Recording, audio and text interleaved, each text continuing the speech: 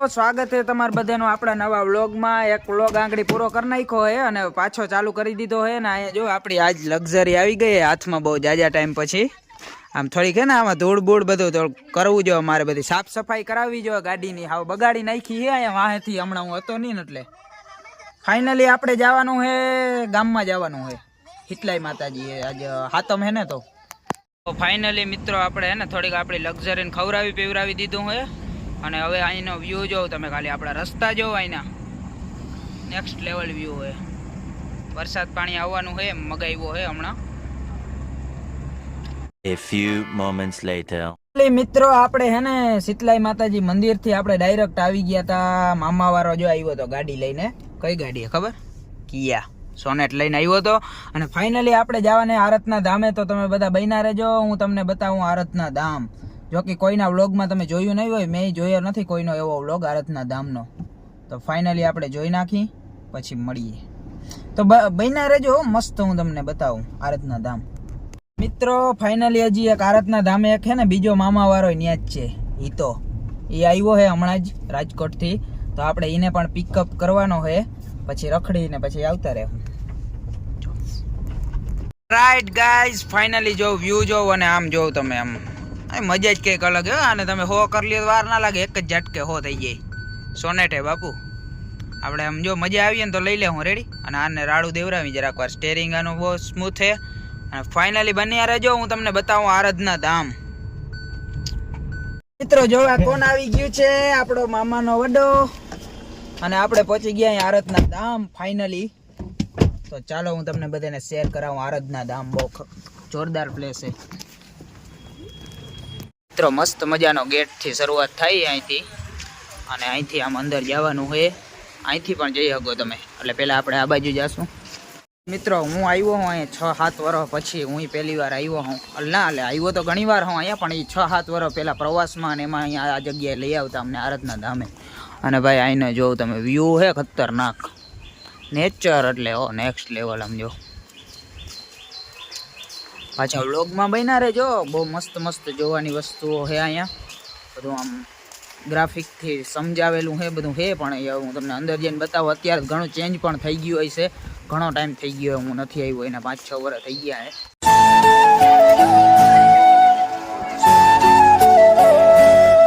Finally મિત્રો અહીં બુદ્ધ ભગવાનનું વિશાળ મંદિર છે, જો મોટું, આ એને પાછળનો વ્યૂ છે। અને હજી આપણે અહીંયા જવાનું છે મ્યુઝિયમ, ફૂલ્લી એક્ટિવ મ્યુઝિયમ છે, આની અંદર આપણે જવાનું હોય। જો આખું ઊભું છે ને, અમારો વડો છે ને એને ફોટા પાડવા છે, પણ એને ચાર્જ લાગશે 50-50 રૂપિયા। એમને એમ કે આપણે કોઈ થોડા ફોટા પાડી દેવાના છે આ બધાને, એવું છે। અને આમ જો મિત્રો મસ્ત વ્યૂ છે આરાધના ધામ, એકવાર આવો તમે ચક્કર મારો, મજા આવી જાય। હજી જારો હું તમને બતાવવા તો શરૂઆત છે મંદિરની, તમે હે ને ઉપર આવી શકો। આપણે અત્યારે ઉપર પહોંચી ગયા હે, જો આ સીડી છે ને, અહીંથી તમે આ મંદિરની હે ને ઉપર આવી શકો। આ મંદિરની ઉપર આવવા માટેની હે ને સીડી છે સાઈડમાં, જો આ રીતે, એટલે તમે આ મંદિરની ઉપર આવી શકો છો। અને અહીંથી વ્યૂ જો મિત્રો આખા આરાધના ધામનો, સ્પેશિયલી તમે હે ને આની ઉપર આવીને જો આ સિંહણ ડેમનો વ્યૂ માણી શકો। જો આહિર સિંહણનો ડેમ હે, આખે આખો ભર્યો છે, એનો તમે વ્યૂ માણી શકો। તો તમારે ઓલા મ્યુઝિયમમાં જવું હોય ને તો જો આવી ટિકિટ લેવી જોઈએ, આવી જો ફોકસ નથી થતો જારો, હા થઈ ગયો। આવી ટિકિટ લઈને પછી અંદર જવાનું। થોડી ગરમી થાય છે તો આ બધાને કેવું જો 30-30 રૂપિયા ટિકિટમાં એસી એ નખાવીને દો અમને। હવે જો આ મસ્ત વ્યૂ જોવો અહીંનો તમે,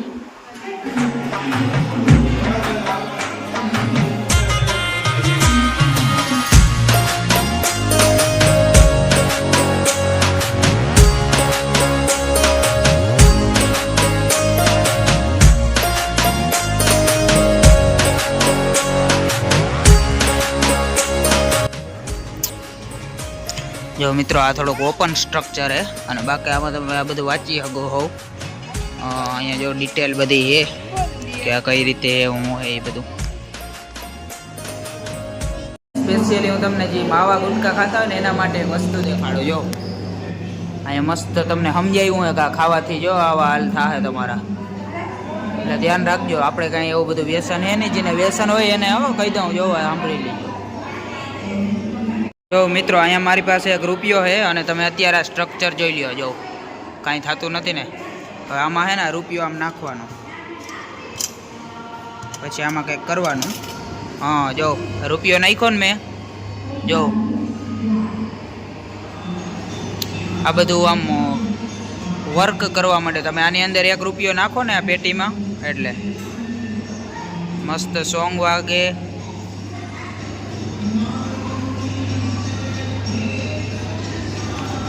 એકદમ તમને લાઈવ થઈ જાય તમારા 1 રૂપિયાથી. અને અહીંના મિત્રો હરેક સ્ટ્રક્ચરની પાછળ કંઈક રાઝ છે. આ બધું લખેલું પણ છે અહીંયા. તમે ટાઈમ હોય તો વાંચી શકો અને એ બધું જોઈ પણ શકો લાઈવ. આવું આવું થયું હતું, આવા બનાવ બન્યા હતા. સમ્રાટ અશોક, દૂત, મંત્રી, આખું બધું તમે વાંચી શકો એ પણ આરામથી, જે તમારી પાસે ટાઈમ હોય તો.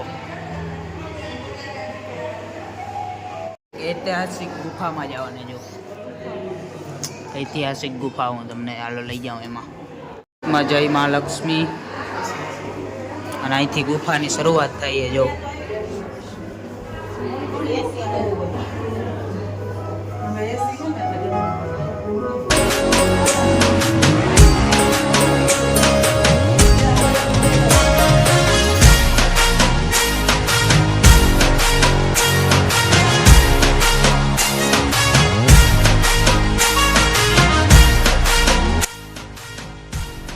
કાકા બેઠા હે, પોટલી લઈને બોટલ લઈને બેઠા હે.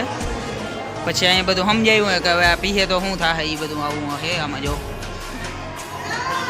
અને આમાં તમે રૂપિયો નાખ્યો ને આગળ એટલે જીવતો થાય માટી. જો આપણો વડો માટી નાખે, મામાવાળો વડો. જો આગળ જોવા તમે આ બધું સાચું કરે છે આગળ. જો હા, એમાં નાખ.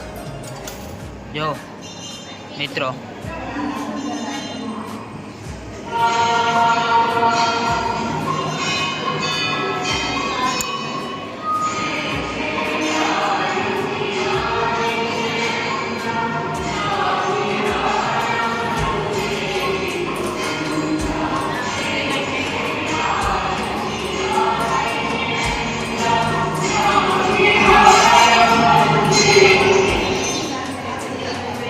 હાલો મિત્રો, પૂરો 1 રૂપિયો આપણો.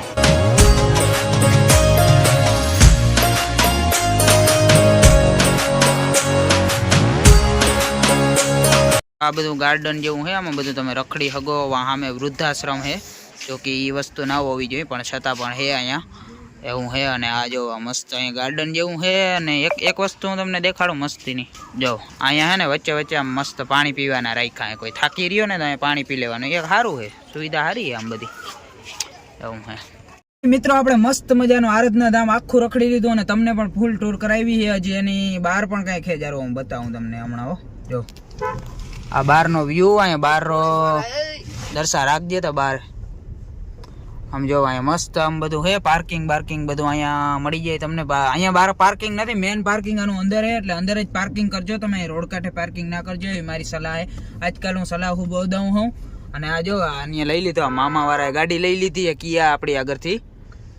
કઈ ને કોણ સમજાવે, પણ હવે થયું. હવે ભલે ને હવે છોકરો ભલે હાકે. હવે બીજું હું આજ નથી ગાડી ફરીનો જો.